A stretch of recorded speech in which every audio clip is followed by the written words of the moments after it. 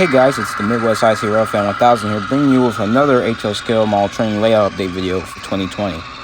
In this video, I'll be covering new locomotives and rolling stock that I've acquired since the last update video, as well as talk about locomotive and rolling stock upgrades, as well as progress on the layout. With that being said, let's get started, and I hope you guys enjoy the video. Alright, so to start off with our roster collection, I just want to start off with these two set of F-unit shells. Now these shells, I got them back at K10's in Maryville, Illinois. I got these two for $4 each, so a total of $8. The reason why I got these shells is actually for a fictional railroad project that me and a friend are doing. I'm not going to say what the railroad's name is, at least not yet at this time. But in our roster, we do have a set of A units. Well, we have a set of F units, excuse me. We have a set of F units, 2 A units, and 2 B units. And I managed to pick up these shells for only, like I said, $4. And they were listed originally as precision scale. But after doing a bit of research, they're actually Broadway Limited Blue Line F unit shells.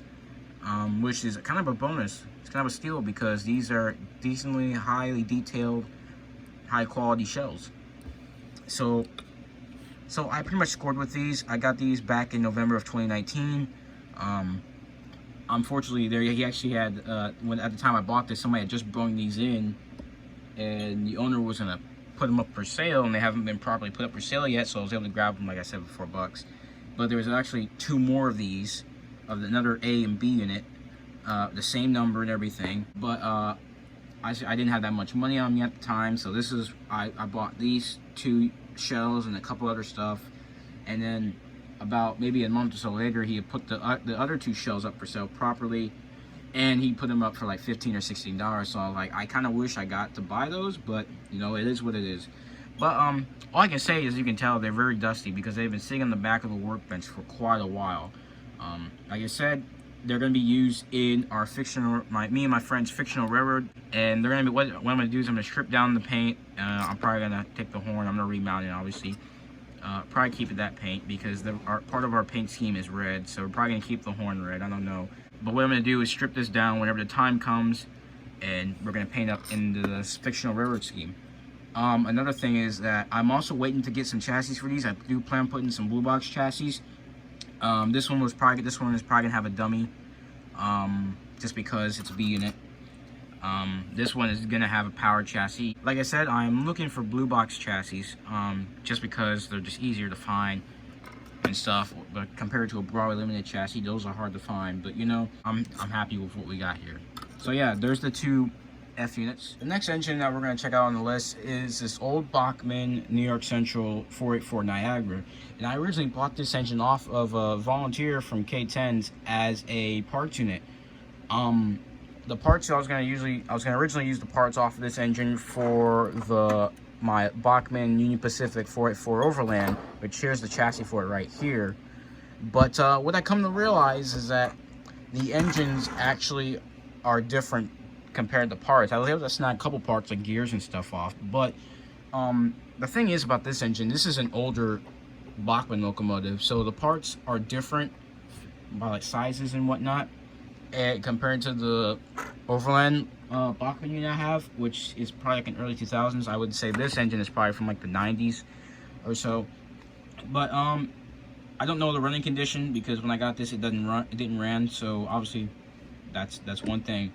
And the guy that sold it to me at K10's he originally sold it for, he was originally wanting to sell it to me for about 30 or 25, maybe 20, somewhere around that price range. I don't remember, but like I said, I didn't have that much money on me at the time.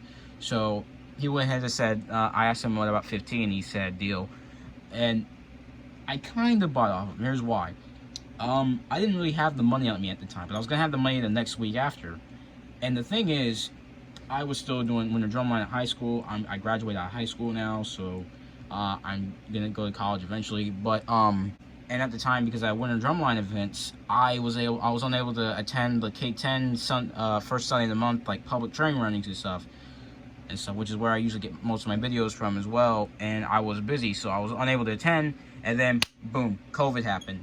So if you're the guy that sold me this engine, if you end up watching this video, don't worry, I haven't forgot about it. I will pay you the $15 back as soon as I can, or at least until K10s reopens up again. Because right now, from the looks of it, since we have a third wave of COVID coming, it's looking like the owner's not going to be able to open up for the rest of the year, or even until probably early of 2021. At this point, he won't be able to open back up his shop until probably summer or fall of 2021. But hey, safety is a more higher priority than having a bunch of people come over or run trains, you know, and that is totally understandable. So anyway, back to the story about this engine. It's actually in good shape, besides the dust, because just like the F unit shows, it's been sitting on a workbench waiting for repairs. And just to get a brief look at the shell, like I said, it looks really good. All the parts are pretty much still intact for the most part. Hold on, my flashlight's not on. Let me check. There we go. Okay, you can see the detail, front detail better, and also all the dust and lint on the front, because like I said, this engine's been sitting on the workbench. You have the smoke reflectors, I think that's what these are called, in the front. And then you got your number 6005, which is a typical stock number for the Bachmann Niagara locomotives. And here is the pretty robust, I would say. This is a pretty big tender. This is the tender right here. It's got a cold load, and I mean, it looks nice. It's a pretty nice tender. It does look, I thought it was a light in the back, but I don't know, I can't tell. Probably it's just molded detail. And you got all the wheels back here. And then one thing that kind of caught my interest about this tender is that it looks like it has a speaker housing. So technically, I guess you could say this could be an early DCC ready for the tender, but that's just me. That's just me. But yeah, there's that. And then here is the chassis. Obviously, you can tell the wheels aren't quartered, and obviously that's because I've been working on it, trying to fix it. But one thing I will say, and there's gonna be a little rant about this right now. These two are old Bachmann split chassis for steam locomotives, at least for the 484s. And I hate these things with a passion. Now, the reason why I'm saying that is because whenever I try to fix these engines, and whenever I took this engine apart and try to fix it, this is the Overland, and this one here is the Niagara.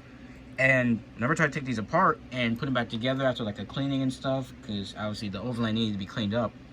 But for some reason, even after I recorded the wheels and make sure all the piston rods were intact or in the correct positioning, the wheels bind. I don't know if that's because if it's not isolated properly, but I even tried to isolate it with like electrical tape, because the whole frame is metal. I tried to isolate the whole frame from the wheels. I tried, you know, adding little pieces of styrene to insulate the metal pieces of the axles on the inside under here, and nothing. I don't know what the problem is. It didn't work. So I pretty much just gave up on these chassis, and what I'm gonna do is I'm just gonna buy whole new ones. I know it's kind of a waste of money, but hey, you know, you gotta do what you gotta do if you want to keep your engines running. I know people are gonna be like, oh, you can just sell them. Well, here's the thing, I want to keep both of these. One, because I want to keep the Overland for my brother.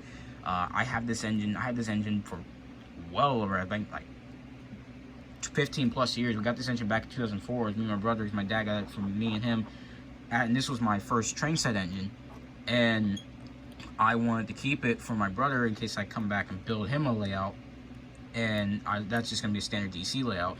So probably I'm gonna buy out a brand new DC chassis for this one, and then I'm probably gonna buy a DCC maybe with sound chassis for this one, because I like this engine a lot. It's a unique engine, and I figured this would be a good engine to put sound in. So I'm just gonna buy a DCC chassis for this one, and we'll see where it goes there. And also, before you probably question, yes, this engine comes with the piston rods. They're just in the back of the workbench right now because I just didn't feel like bringing them out.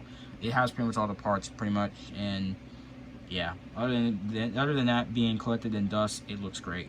Also, another thing about the binding situation with the wheels is that I tried to look up so much information online and on YouTube about how to solve this issue. And then I know there's a couple of videos out there that just shows how, and the only reason to stop the binding is from quartering. And obviously, this is not a quartering issue. It's some inner component issue. I don't know if it's isolation issue or what. But if you guys have any comments about it, leave them down below. Maybe that might help. But as far as I know, It is not a quartering issue, because even I have a clip, and I'll run that clip right now, and you can see it is quartered, at least from one side. It's quartered, because I remember that it is quartered, and for some reason it doesn't want to run. I don't know if it's a gear issue or a torque issue with the motor. I don't know what the issue is. So that's why, like I said, that's why I'm going to swap the chassis out with a brand new one. But yeah, that's it. The next engine I got here is a Bachmann Chassis System F9. I got this engine, actually, I got this engine actually off of eBay for actually a pretty good price. The person that was originally selling it was selling it for about $23, but because this was my first purchase and I showed interest in it because I watched it on eBay, the seller gave me a discount, and I also had a $5 coupon because it was my first purchase, which put it down to put it down to $18, which I thought was a pretty good deal. But because with taxes and then shipping, it came up to about $25. But hey, it's better than what it would have been originally without the coupon and stuff. This engine actually runs really well, and it also looks really good for being what it is. I'm guessing from the previous owner that had this engine, it was probably lightly used. But then again, this is one of the more later versions of this model, because I believe now Bachmann's F9 series is now discontinued. But for this is, like I said, this is a much later run. This engine came with the original box, and in the original box it had the old pamphlet for the catalog if you want to order it, and it said 2004, so I'm guessing this is an early 2000s F9 by Bachmann. Like I said, it runs really well, but there is one issue about this engine. That one issue is that the drive shaft will occasionally slip out from the gearbox, and it gets really annoying, especially if you're running at high speeds and the layout suddenly shorts out or wherever, and the engine just jolts, because this engine doesn't have flywheels, so it doesn't have momentum. But when this engine just suddenly stops at a rough spot, it will eventually cause this drive shaft to slip out from the gearbox rod, and eventually it just, I'll have to take the engine apart and fix it. But luckily, I don't think I should have that problem now. I was able to pressure fit it into the slot in the gearbox, so hopefully I shouldn't have that problem for now. But if I end up having this problem again, I'm gonna eventually probably just modify the drive shaft, because they are dog bone drive shafts and they're pretty short for what they are. But yeah, other than that, it runs really good. It looks really well. I do plan on putting DCC and sound in this engine. I do plan on putting LEDs in this, and I also plan on putting a Soundtrack's Economy decoder, just because it's a budget-friendly model and I don't plan on doing much with it. But yeah, that's all I got for plans for the future of this engine. So anyway, now on to the next one. Next up, we have a couple of old Athearn Blue Box Alco PAs, and I got these two, and including another one, which will be the next engine. I got these two engines at a garage sale over in the St. Louis area in Missouri, and these are actually custom painted Wabash Alco PA units. The Wabash did have these two units in their roster, and I decided to pick them up because, well, they looked really cool. And obviously the guy who I got these off of, he originally said that these came from another owner who had previously passed away, or recently passed away, excuse me, and he was just trying to sell off his old model railroad equipment. So I believe these were a couple of his old engines, and I will say he did a really good job. If he did these, at least, I don't know if he did these or not, but if he did a very good job at putting decals and custom painting it. These engines, I tested them and they actually run very, very well. Even before I cleaned them up, they ran pretty great. Another thing I'm going to point out now, because I might forget it later on, is that what you'll see in all these, I might not mention them, but in all these Blue Box engines, I recently polished these wheels. Now, obviously you can replace them with the Northwest short line ones, if they have them in stock at least, because they're hard to find. But if you're going for the cheaper route, then I would suggest polishing these old sintered iron wheels, because it is worth it in the end. This does work, and this does improve the continuity between for the locomotive pickup to the track. It really helps out a lot. I guess I'll go ahead and put some pictures up here as well, but there's that. And I also, just to go ahead and mention that, Like I said, these are all applied on all of my blue box engines, including the IC-GP35, which I'm not going to show in the video because obviously there's no point, nothing special about it. But yeah, with these two PAs, like besides them running super great, I'm actually going to keep the motor stock in these engines. And I know there's a bit of a situation where the motor, because these are older motors, and they're the old motors with the steel flywheels, if I'm correct, and they apparently have a high current draw, if I'm correct. But you know, I'm just gonna wing it and just keep them stock. I do plan on putting DCC and sound in these engines. I see these engines as good project engines to put sound and LEDs in, because that's what I plan on doing for both these engines. I plan on putting Soundtrack's Tsunami 2 in both of these engines. And obviously, like I said, it has the high current. These engines do probably have a high current issue because these are older blue box engines. These are probably from like the 60s or the 70s, somewhere around that time. And if they do end up having a high current draw issue in the future, I'm just gonna put the motor. I'm gonna swap out the motor with a newer, later blue box / RTR motor. And if I decide to run these engines a whole lot, I'm probably gonna throw in a Genesis motor. I don't know. Depends on how much runtime these engines see in the future.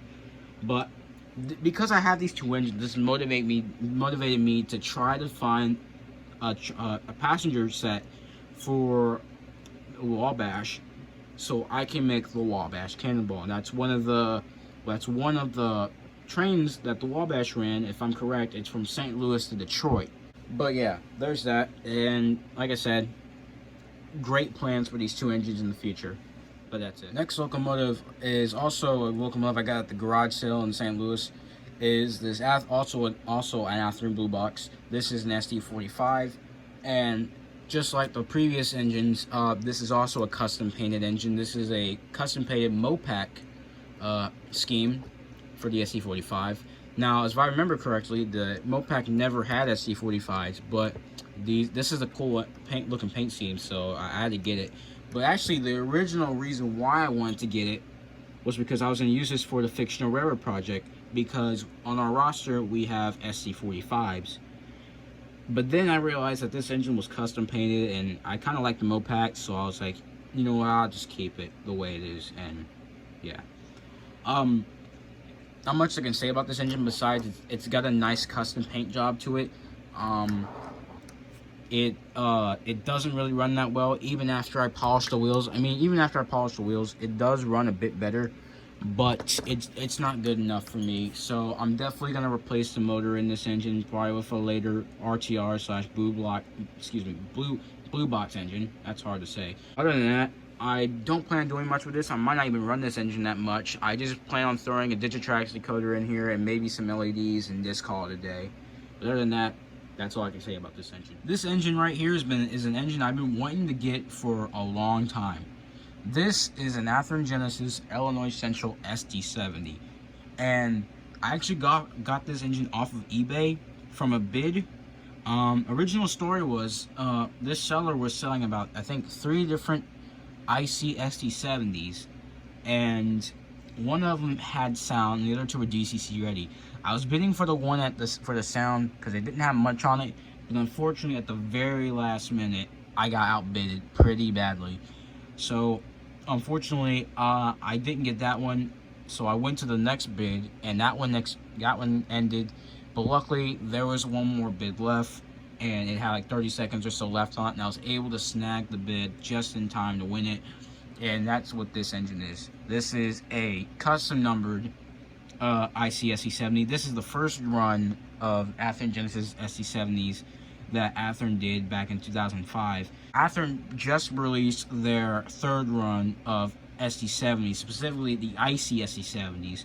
I plan on getting a couple of them. One probably with sound, another probably with just DCC. But I might change my mind. As of right now, I don't really have the money for it right now, so I got some saving up to do. I originally did an unboxing and review on this engine when I first got it, but because I lost motivation and I just didn't like how the way how the review went, and I never finished it, I ended up scrapping the review, and I just said forget it. And also another reason why I didn't do the review, because the person that sent it to me didn't package the engine well. The cab actually came off. I'll show you some pictures right here on the screen. But the cab actually came off, and some of the smaller detail parts were broken off. And I messaged the owner asking if the parts, if it came like that, and he said something like, yeah, or whatever. But I don't remember what he said, because this was back in like May or June or something. It was like beginning of summer when I acquired this engine. I got this engine for about $100 exact off of eBay, off the bid. And I tested it, and I was able to put it back together, because I was about to ask the guy if I can have a refund, but you know, I was able to put it back together. I found all the parts that were missing. Obviously, it's missing a little ice rink Sinclair antenna. I'm planning on getting a replacement part for that. Other than that, all the parts were pretty much there. I was able to fix it, put it back together, and I was a happy camper. So I'm happy the way it is. It does run. It runs really good, actually. I plan on putting ESU lock sound in this engine, and also I'm also gonna put LEDs in both the headlight and the ditch lights. And also I plan on swapping out the original stock 3-bell horn with a P5, because that's just Illinois Central. You can't run an FC70 without a P5. Let's be honest.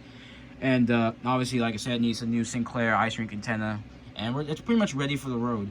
So yeah, I can't wait to get. I pretty much have all the stuff to do the installation. I just need to get the decoder.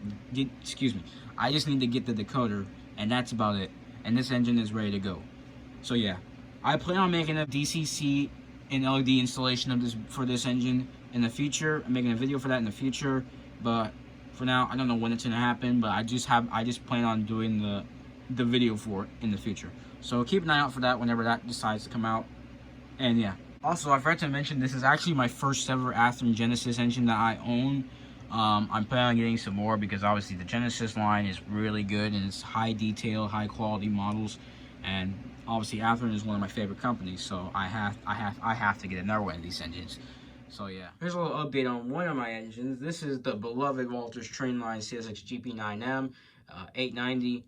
As you can see, this engine now has LEDs. I did make a video on this, on the LED installation on this video.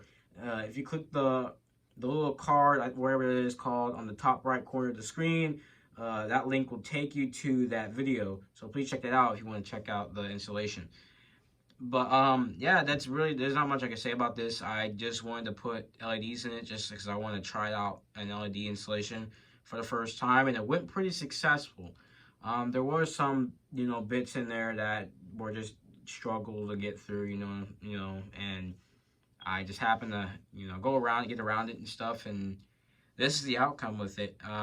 Now, I'm not going to show it on the camera because I'm too lazy to just move the camera around, but there is a bit of light bleed on the top of the cab, but I'm really not too concerned about it. If I really wanted to fix that, I would probably put some electrical tape on the roof of the cab, but I don't want to open up the shell, because if I open up the shell and I move the wires a bit too much, they will cause the LEDs to go off, and it's just a mess, because that happened when I first put the decoder in this engine with the regular decandescent light bulb, and I just don't want to mess with all that wire, because that engine is compact and it's hard to put DCC in it.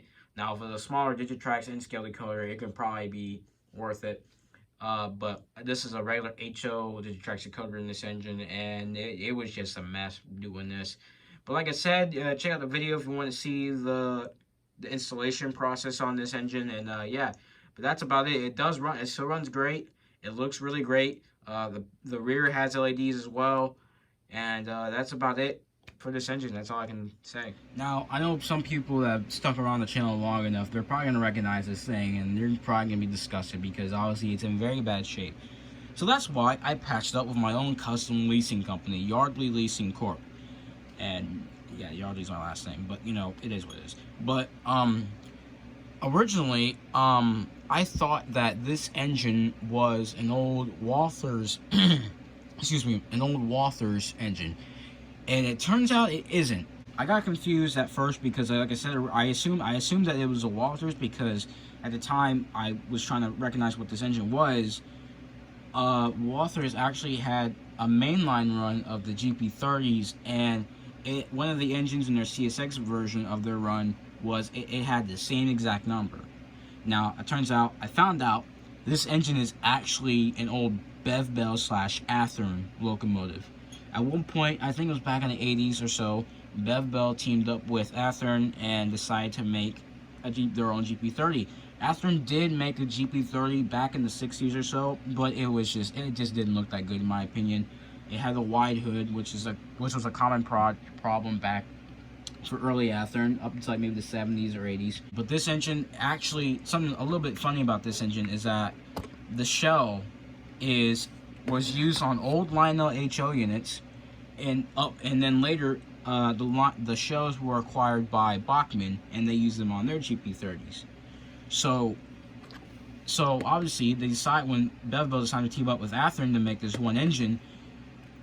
I mean, it kind of worked and it kind of didn't. The reason why I'm saying that, because they used their own shell with Athearn's GP35 chassis.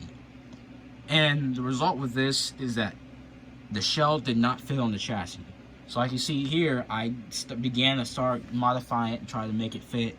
I just kind of stopped on it, but you know, it is what it is. But other than that, that's a little story there. I discovered that it's a Bev Bell. It's a Bev Bell / Athearn, so that's kind of a unique combination. But you're probably wondering, why is this engine on your review list? Here's the thing. Not only is I custom patched it because I technically took it out of service, but one thing for sure is that I actually polished up the wheels. Now, and if any of you long-time viewers remember, this engine used to spark like crazy when I ran it on the layout.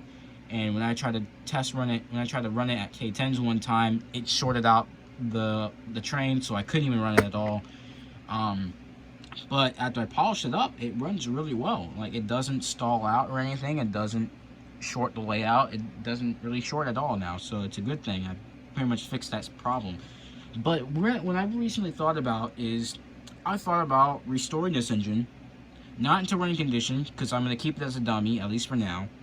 But what I plan on doing is restoring it. I'm going to clean it up a little bit, take off the leaser logo with the electrical tape, and pray that it doesn't peel off the logo, because it's been on there for about like 6 months or so now. And probably longer than that, but I'm not too sure. And obviously, I'm going to put new handrails on it. Obviously, the handrails are just old blue box style handrails, and they're just out of shape, and obviously they're all gone pretty much, except for the front ones. The back ones, I put them on the old blue box ICG GP35, because that was missing the back handrail, so I just parted that one out for that. And what I did is I drilled out the little holes for the I'll go ahead and ramp the shell. I drilled out the little holes for where the handrails used to go insert into, because some of them still have broken pieces of handrail in them. So because now I own a pin vise now, so I was able to drill them out. And yeah, not much I can say about this engine, but I do plan on restoring it, probably getting some new decals for the number boards, because this engine did come with some number boards, but they're like paper-like, and they fell off over time because of wear. And I plan on putting new handrails in it, and I'm obviously gonna replace the horn, but I'm gonna probably change the location of the horn, because I see pictures on most of like the late 80s, early 90s CSX GP30s, GP30M specifically, that the horn is mounted like right here on the cab. So I plan on doing that, plan on modifying the horn location, and probably call it a day there. So some plans for this engine in the future. We're gonna restore it, hopefully. I may make a video on it if I decide to, but hey, who knows. All right, up next is our rolling stock, and here we have an old roundhouse 50-foot, actually no, excuse me, 60-foot bulkhead flat car. And I acquired this at the UPSF joint line at their private model train layout. They're having like a little garage sale in their garage, and one of the people that was selling off some of their stuff, he was selling a couple of bulkhead flats with custom-made frame loads, and I decided to purchase one. It was $10, and I thought it was a good deal. And yeah. This is just a quick overview of it. It obviously has a little string right here. This one has been replaced because it came off, and I just replaced it with a piece of rubber band just because. Other than that, it looks really good for what it is. It's an old roundhouse flat car, and it looks really good, and it runs really well. It does have metal wheels. I'll go ahead and mention that now. This one and the next car, and then also my walkthroughs throttle door box car, have all have had their plastic wheels replaced with metal wheels. So there's the little update on the metal wheels for you right there. But yeah, not much I can say about this car. It's decently detailed, and I'm fine with it. It runs really good on the layout. But yeah, here's another piece of rolling stock I got at the garage sale at the private train club. This is also a roundhouse piece of rolling stock. This is a Conrail 50-foot ribbed high cube boxcar. So it's another high cube boxcar that I'm adding to the fleet. And I've actually seen a couple of these in person, and I gotta admit, they look pretty cool, especially with the big Conrail quality logo on the side. It's nicely detailed for what it is. It's your typical roundhouse boxcar. It does need a bit of weight to it, but, and it's also, I also put what's it called, and the weight is actually loose on the inside, so I gotta be careful. I actually put metal wheels on. This is one of the cars I put metal wheels on. But yeah, like I said, not much I can say about this car. Runs great on the layout, and yeah. This piece of rolling stock is pretty familiar for the channel for now. This is the old lifelike Western Maryland chassis system caboose. It's a pretty common piece of rolling stock, honestly, but really the only thing I updated about this piece of rolling stock is I added proper coupler box on it, or modernized it, I guess you could say. This caboose used to have truck mounted couplers, but I cut them off and I put KD coupler boxes on the frame of the caboose. And for now, they have Bachmann leaf spring couplers. Yeah, Bachmann leaf couplers, yeah, as temporarily. I do plan on putting KDs on it, and then also metal wheels, specifically the 33-inch metal wheels. And once I at least get the metal wheels on them, this engine's ready for service on the layout. But yeah, that's it. All right, so now let's talk about the layout and the progress that has been made to it. And well, as you can see, there's been little to no progress, and here's why. One is because of COVID, and two is I am not really financially set for this layout at the moment, and three is just reasons I really can't explain. It's personal reasons I can't explain on video, but all those situations is what is causing this layout to not even be close to being done. It's kind of sad. Like I said, or just like not long ago, I've made little to no progress on this layout, and all those factors I said before is partially the reasons why I can't really work on this layout. But I guess with the little stuff we done to it, little to no stuff actually, because I think I've hardly done anything on this layout since the last major update video on this layout, which is about I think January of 2019. So I just to keep things quick and simple, I'm gonna try to skim through just what I have plans to do on this layout in the future, and then I'll point out some smaller stuff as well. So yeah, I just want to point out real quick, I almost forgot to mention that obviously, yes, as you can tell, the layout has pretty much become a storage unit basically, because it's just has paper and stuff stacked on top of it. One, it was because we live in a kind of small house, and there's not much, we don't really have a shed to store a bunch of stuff in, and plus this is just all junk up here, so I don't know. But obviously the main reason why we just use this table as storage pretty much is because obviously I've not made any progress to it. That's how bad the situation has got. And but you know, it is what it is, I guess.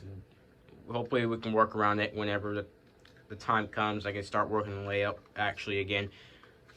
But let's talk about the controller. I'm going to bring up the controller because I usually run two types of controllers on my layout. Obviously DC and DCC. Beforehand I used a Bachmann speed dial controller, which is basically this right here.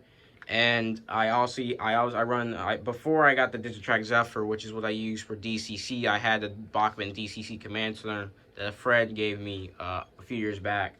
And unfortunately, I don't know what the situation is, but I guess I left both controllers on at one point and power circulated through one another, and the newer Bachmann the DC controller, the newer Bachmann DC controller I had, I guess fried up. I don't know. It still kind of works, but it just doesn't put out as much power as it used to. And it only works, I think, in reverse. It doesn't work when the engines go forward. So, and it has that awful burning plastic burning, you know what I mean, burning plastic smell. And it's pretty much in my storage shelf with all my rolling stock boxes and stuff. But I'm using, so for now as a replacement, I'm just using the old one. This is the one that came from the Bachmann Overland set. The only downside about this one is it doesn't give you the option to turn it off like the newer Bachmann speed controllers do. Obviously, because this is an older one, so it doesn't give you that option. The only way to turn this off is to just unplug the controller. So, for now, I'm just running all my engines on DCC until I can get my hands on a new controller. I'm looking for either an MRC Tech 2 or Tech 3. I kind of want the Tech 3 because it has the gauges on, shows like the current and whatever and stuff on it, and it's pretty cool. But the downside is it's kind of expensive because it's a big controller and it's one of the probably more popular MRC Tech controllers out there. But if I can't find one, I'll just have to settle with a Tech 2 if I can get my hands on one. Unless you guys know any good other DC controllers that are out there on the market, please let me know in the comments below. I'll have to look into that, and that'd be pretty appreciative. But yeah, that's about it. So I just run all my trains right now until I can get a new DC controller. I just run my trains on DCC, but I can't run some of my engines that are DC, like the Tyco SC24, because the one time I tried running it on DCC, that thing almost burnt up completely, so I had to take it off the tracks ASAP. So it's not capable to run on DCC power. But yeah. One thing I forgot to mention about the Bachmann controller, the reason why I don't really use DC at the moment is because I can't really run DC on my layout because the wires is actually that connected to the track is actually kind of fried, and that's why it's not getting as much power output into the layout as it should be. Partially, I'm hoping it's just these are Atlas terminal wires I modified and soldered into a Bachmann Easy terminal wire. So I'm hoping it's not the terminal wire that's fried, because these are kind of be hard to find, and I wouldn't say actually hard to find. They're actually kind of easy to find, but they're kind of expensive for what they are. But these are just cheap. They're like $3 or $4. So I'm hoping this is the reason. May take a swing by the hobby shop one day and maybe buy a new set of terminal wires, and hopefully this is the situation. If not, then I don't know. This section right here where all this track is laid out, this is all temporary, because the reason why is I'm going to put a set of crossover switches here. I was going to originally plan on using Atlas number 6 switches, but then I changed my mind and tried to use Atlas number 4s because, well, obviously this is a kind of condensed layout. It's a 7x4, and I wanted to make a double loop.